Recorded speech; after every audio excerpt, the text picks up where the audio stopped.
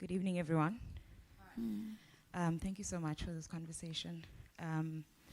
Just quickly, my connection to Ukraine is through fellow poets, a friend of mine, Oksana, who lives in Pretoria, as well as some poets through the Lviv book fair last year. Actually, I was taking part online. And we're having conversations about the connections between Ukraine and South Africa, and I don't think we could have imagined this would be a different conversation this year. And I actually just thank you so much also for the invitation, because, you know, as a writer, it's quite, with relative ease, you use this imagery or this metaphor of war. And I think it means something so different, and it's taken on weight. But also you realize that there's this kind of fatigue that we sometimes feel with online information being bombarded by news and so on.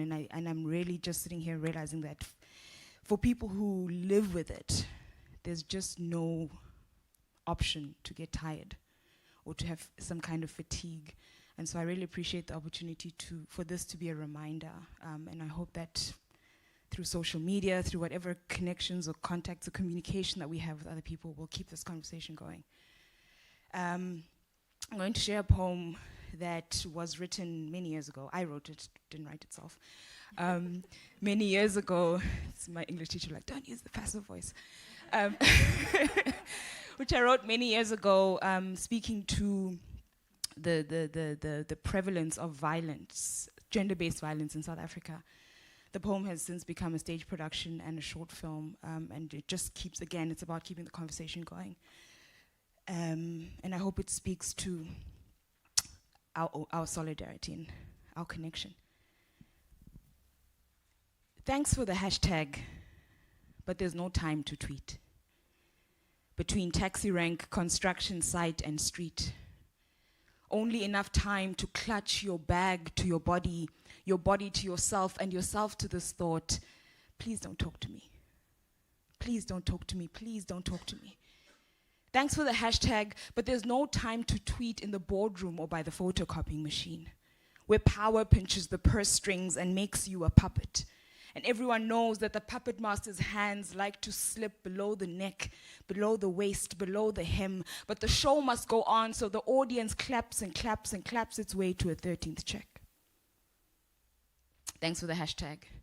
But there's no time to tweet in vestry and confession booth, where scriptures are interpreted behind smoke screens between a collar and a robe, and the pulpit is now a bookshelf of bodies because God was cast out a long time ago to make space. Thanks for the hashtag, but there's no time to tweet, even in parliament and court, where they're in the business of cooking laws. But first, a few questions to establish your innocence. Did you say no? Do your clothes say no? Your life, your values, your virtues, how long have you lived as a no? Because what matters is not what you say, it's what he believes he heard. Thanks for the hashtag, but there's no time to tweet. Data is expensive here.